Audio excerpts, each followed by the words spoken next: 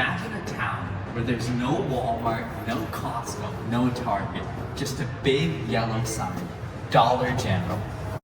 For millions of Americans, especially in rural and low-income communities, that store is the local economy. But while it fills a vital gap, it also raises serious questions about how far a business can push cost-cutting before the consequences outweigh the benefits.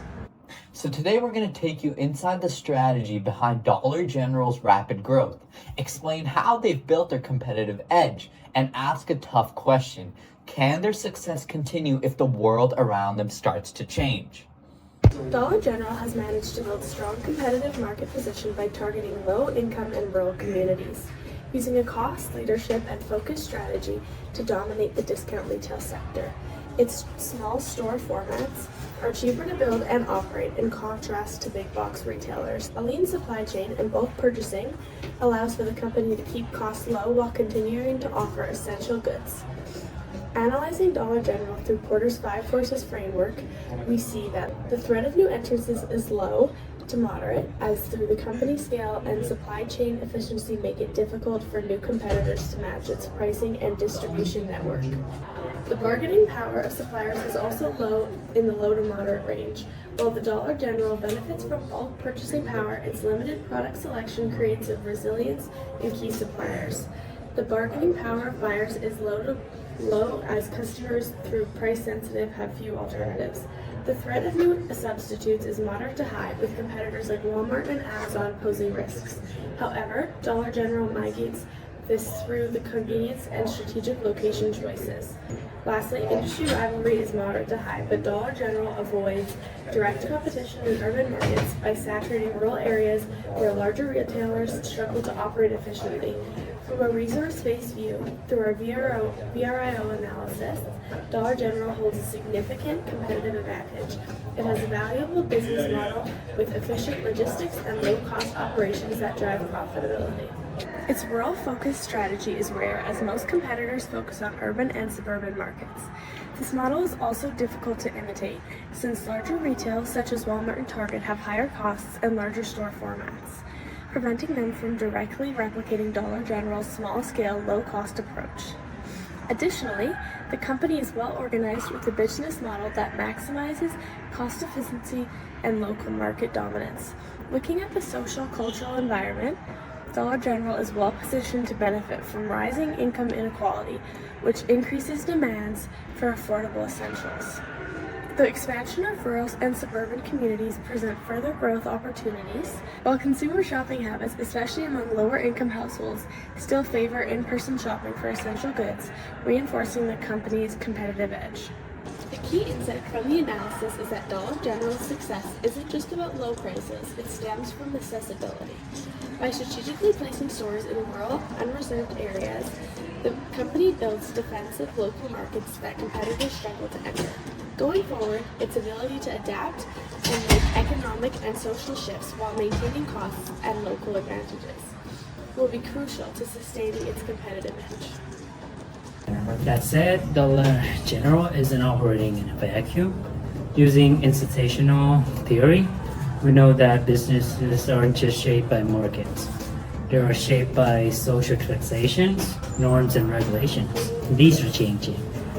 In the past, low prices were enough, but today, corporate social responsibility is making a strategic issue. Investors, consumers, and regulators care more about how companies make their profit. Dollar General is under fire for its labor practices, understaffing, low wages, and poor working conditions. The company was fined $12 million by the Department of Labor for safety violations, and shareholder activism is growing. There's also the question of community impact. These stores often replace local groceries, but offer few fresh or healthy options, reinforcing poor nutrition in food deserts. In some cases, Dollar General becomes the only food source, one that offers only processed snacks. So while the low-cost model works economically, it's starting to clash with evolving social and regulatory norms. The question is, can it adapt before those pressures eat away their advantage? So what are the implications of Dollar General's competitive advantage? I think the most concerning implication of Dollar General's advantage is the fact that they have high retail crime, and it sets a bad example for the retail community. Overall, criminals really find that it's an easy target because they're way understaffed and their workers are paid a lower wage than most. So the place employs workers into a security guard position, and this often results in unsafe working conditions, with more than 150 people being killed by guns at a Dollar General store between 2014 and 2021. As Dollar General explores their strategy more and more, its employees and the public have been finding themselves in an uncomfortable position and have been speaking out more and more, leading to Dollar General shareholders ending up having a meeting where they called Dollar General to have an audit of their security procedures.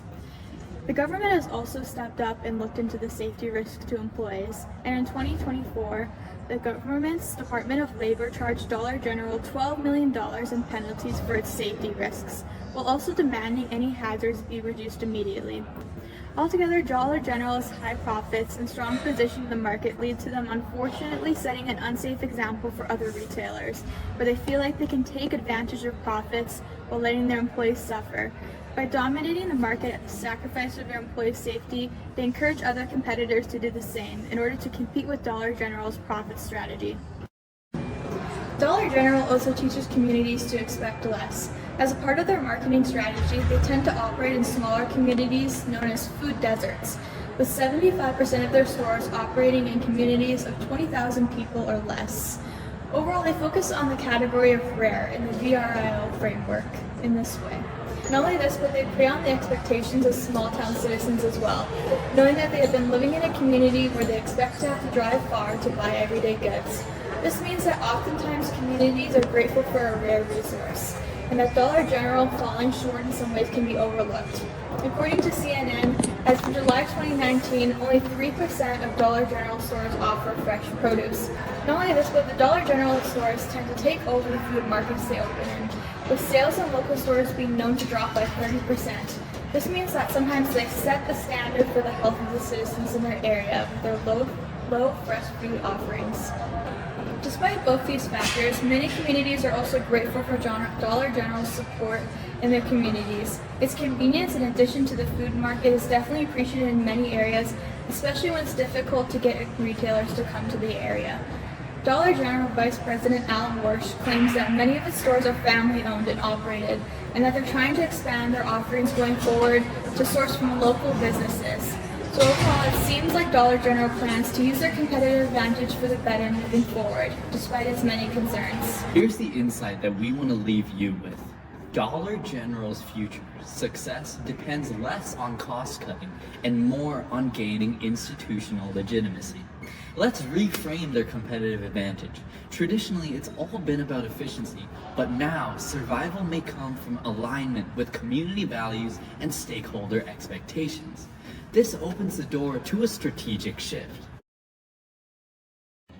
Number 1, community engagement. Dollar General could collaborate with local producers to offer regional goods or even co-develop rural supply chains that builds trust and loyalty.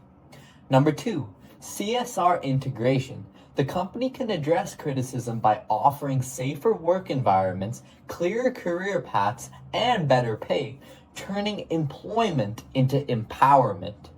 And number 3, partnerships. Teaming up with nonprofits or governments to offer workforce training and healthy food access would reposition Dollar General from a retail invader to a community ally. This move isn't just ethical, it's strategic.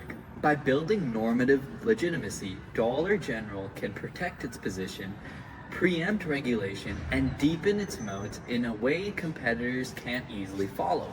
Because the truth is, when you're the only store in town, you're more than just a business. You are a pillar of the community, and that comes with some serious responsibility. So what started as a case about low-cost retail turns out to be something bigger. How business models interact with social values is what we focused on. Dollar General's strategy has worked so far, but to keep winning, it must evolve with the world around it. By focusing not just on prices, but on people, Dollar General has the opportunity to redefine retail in rural North America. And if it succeeds, it might just become a new model, not just for profit, but with a purpose.